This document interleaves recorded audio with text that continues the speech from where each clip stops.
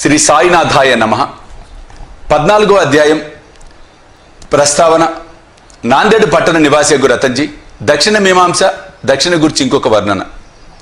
ప్రస్తావన. గత అధ్యాయంలో బాబా యొక్క వాక్కు ఆశీర్వాదములచే అనేకములైన అసాధ్య రోగములు ఎట్లు నయమయ్యేనో వర్ణించితిని. ఈ అధ్యాయంలో రతన్జీ వాడి అనువానిని బాబా ఆశీర్వదించి సంతానం ఎట్లు కలుగజేసెనో వర్ణించదము.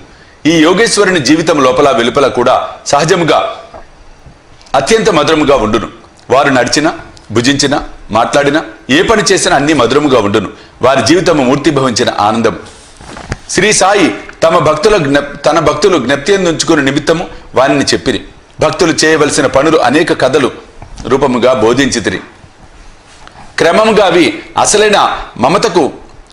అసలైన మతమునకు మార్గమును చూపును. ప్రపంచంలోని జనులందరూ హాయిగా ఉండవలను అని బాబా ఉద్దేశం.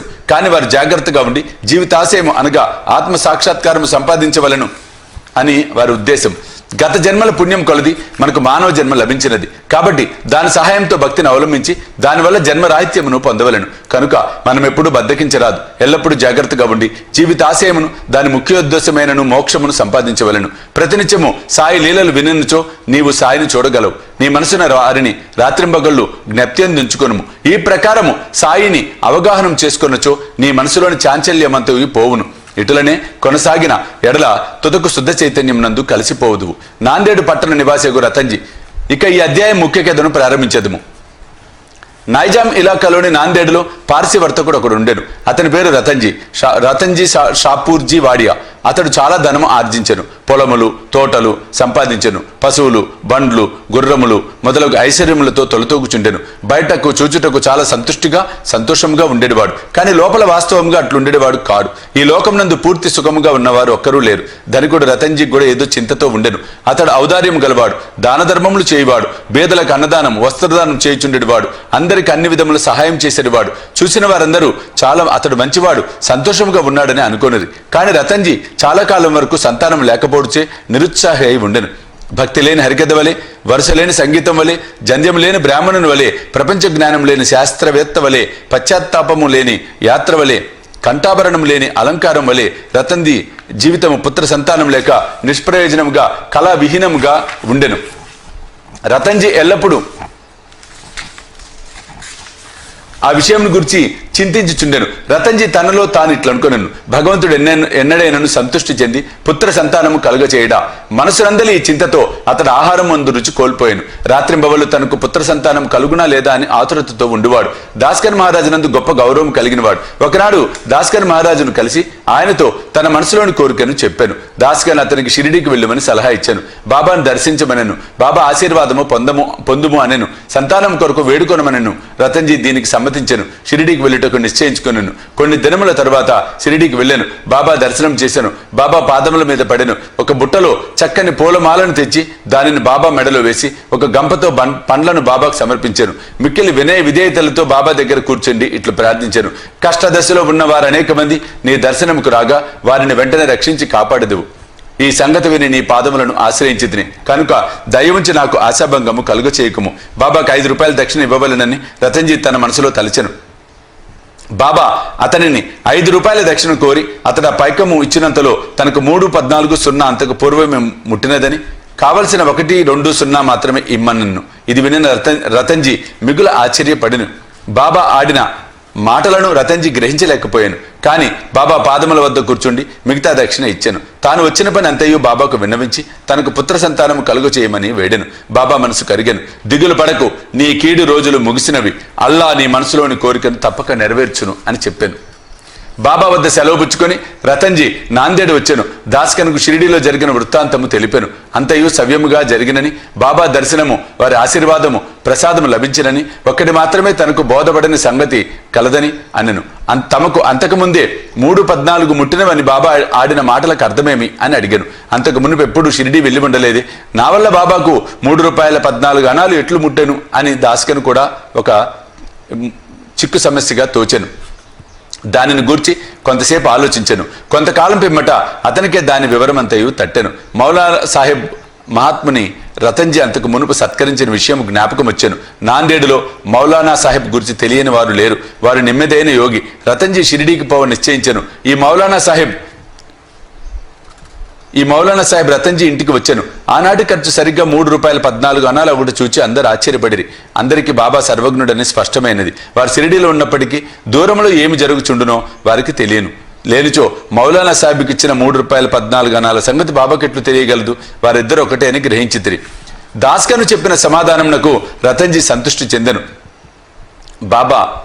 అతనికి బాబా యందు స్థిరమైన నమ్మకము కలిగెను, భక్తి హెచ్చాయను. కొద్ది కాలం పిమ్మట అతనికి పుత్ర సంతానము కలిగెను. ఆ దంపతుల ఆనందమునకు మితి లేకుండెను. కొన్నాళ్లకు వారికి 12 సంతానం కలిగిరి. కానీ 4 బ్రతికిరి. ఈ అధ్యాయం చివరన హరివినాయక సాటి అనువాడు తన మొదటి భార్య కాలం చేసిన పిమ్మట 2వ వివాహం చేసుకునినచో పుత్ర సంతానం కలుగునని బాబా ఆశీర్వదించిన కథ కలదు. అట్లే 2వ భార్య వచ్చిన పిమ్మట వారిద్దరికి కుమార్తెలు కలిగిరి. అతడు నిరుత్సాహం చెందెను. కాని బాబా మాటలన్నిటికీ అసత్యములు కానేరవు. 3వసారి అతనికి కొడుకు పుట్టెను. ఇట్లు బాబా వాక్యము నిజమైనది. అతడు మిక్కిలి సంతృష్టి చెందెను. దక్షిణ మీమాంస దక్షిణ గురించి క్లుప్తంగా చెప్పి ఈ అధ్యాయమును ముగించదము. బాబా తమను చూచుటకు వెళ్లిన వారి వద్ద నుండి దక్షిణ పుచ్చుకొనుట అందరికీ తెలిసిన సంగతి. బాబా ఫకీర్ అయినచో వారికి దేని యందు అభిమానము లేకున్నచో దక్షిణ ఎందుకు అడగాలి? వారు ధనమేళ కాంక్షించాలి అని ఎవరైనా అడగవచ్చు. దీనికి పూర్తి సమాధానం ఇది. మొట్టమొదట బాబా ఏమీ పుచ్చుకునేది వారు కారు. కాల్చిన అగ్గిపుల్లలను జాగ్రత్తగా పెట్టుకుని జేబులో వేసుకునేది వారు. భక్తులను గాని తదితరులను గాని బాబా ఏమి అడిగేది వారు కాదు.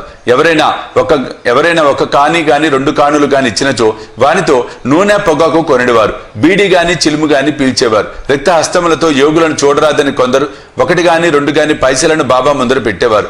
1 కాని ఇచ్చినచో జేబులో ఉంచేవారు. అర్ధనా ఇచ్చినచో తిరిగి ఇచ్చేవారు. బాబా కీర్తి అన్ని దిశల వ్యాప్తించిన తర్వాత అనేక మంది బాబా దర్శనమునకై గుంపులుగా వచ్చిరి. అప్పుడు బాబా వారిని దక్షిణ అడుగుచుండెను.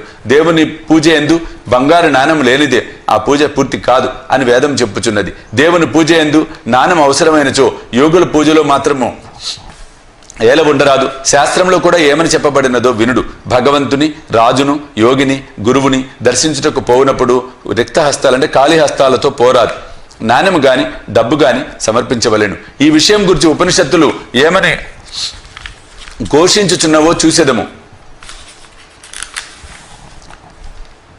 బృహదారణ్యోపనిషత్తులో ప్రజాపతి దేవతలకు, మానవులకు, రాక్షసులకు దా అన్న అక్షరమును బోధించెను. ఈ అక్షరం వల్ల దేవతలు దమమును అవలంబించవలనని గ్రహించిరి. అనగా ఆత్మను స్వాధీనమందుంచుకొనుట. మానవులు ఈ అక్షరమును దానముగా గ్రహించిరి. రాక్షసులు దీనిని దయగా గ్రహించిరి. దీన్ని బట్టి మానవులు దానము చేయవలెనను నియమం ఏర్పడెను. తైత్రోపనిషత్తు దానము మొదలగు సుగుణములను అభ్యసించవలెనని చెప్పును. దానము గట్టి విశ్వాసంతో, ధారాళముగా, అనుకోతో, భయముతోను, కనికరంతోను చేయవలేను.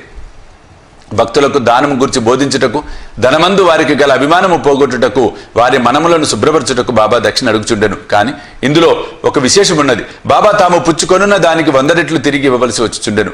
ఇట్లా అనేక మందికి జరిగెను. దీనికి ఒక ఉదాహరణ గణపతిరావు బోడస్ అను ప్రముఖ నటుడు తన మరాఠీ జీవిత చరిత్రలో గడియ గడియకు బాబా దక్షిణ అడుగుచుండట చేత ధనముంచుకొని సంచి తీసి బాబా ముందు కుమ్మరించితననియు, దీని ఫలితంగా అలనాటి నుండి తన జీవితంలో ధనము కెట్టి లోటు లేకుండేనని వ్రాశాను. ఎల్లప్పుడూ కావలసినంత ధనము గణపతిరావు బోడస్కు దొరుకుచుండెను. బాబా దక్షిణ అడిగినప్పుడు ధనమే ఇవ్వక్కర్లేదు అర్థం కూడా పెక్కు సంఘటన వలన తెలియచున్నది. దీనికి ఉదాహరణ బాబా ₹15 దక్షిణ ఇమ్మని ప్రొఫెసర్ జీబీ నార్కేను అడుగగా అతడు తన వద్ద దమ్మిడి లేదనను. దానికి బాబా ఇట్లనెను, నీ వద్ద ధనము లేదని నాకు తెలియను, కానీ నీవు యోగ వాసిష్టం చదువుతున్నావు కదా, దాని నుంచి దక్షిణ ఇమ్ము. దక్షిణగా ఇచ్చట గ్రంథము నుంచి నేర్చుకొనిన విషయములను జాగ్రత్తగా హృదయంలో దాచుకొనమని అర్థం.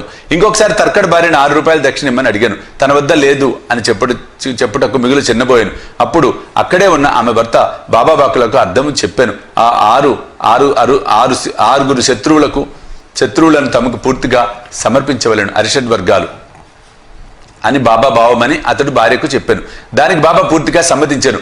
బాబా దక్షిణ రూపముగా కావలసినంత ధనము వసూలు చేసినప్పటికీ దానినంతయు వారు ఆనాడే పంచిపెట్టుచుండిరి. ఆ మరుసటి ఉదయమునకు బాబా మామూలు పేద ఫకీరగుచుండెను. 10 సంవత్సరముల కాలము వేలాది కొలది రూపాయలు దక్షిణ రూపముగా పుచ్చుకొనినను మహా అసమాధి చెందు నాటికి ₹7 మాత్రమే వారి చెంత మిగిలిన. 1000 ఏళ్ల బాబా దక్షిణ పుచ్చుకున్నట్ట భక్తులకు దానమును త్యాగమును నేర్పుటకే.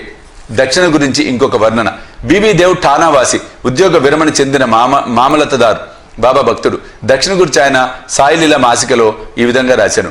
బాబా అందరినీ దక్షిణ అడిగేవారు కారు, అడగకుండా ఇచ్చినచో తీసుకునేవారు కారు, ఒకప్పుడు నిరాకరించేవారు. బాబా కొంతమంది భక్తుల వద్ద అడిగి తీసుకునేవారు. బాబా అడిగినచో ఇచ్చేద్దామని వారి వద్ద బాబా దక్షిణ పుచ్చుకునేవారు కారు. తమకు ఇష్టముకు వ్యతిరేకముగా ఎవరైనా దక్షిణ ఇచ్చినచో ముట్టేవారు కాదు. ఎవరైనా దక్షిణ తమ ముందు ఉంచినచో దానిని తిరిగి పొమ్మనుచుండిరి. బాబా అడిగాడు, దక్షిణ పెద్ద మొత్తములు గాని చిన్న మొత్తములు గాని భక్తుల కోరికలు భావము వసతి బట్టి ఉండును. స్త్రీలు పిల్లల వద్ద కూడా బాబా దక్షిణ అడిగాను. వారందరూ ధనికులు గాని అందరూ పేదలను గాని దక్షిణ అడగలేదు. తాము అడిగినను దక్షిణ ఇవ్వని వారిపై బాబా కోపించలేదు.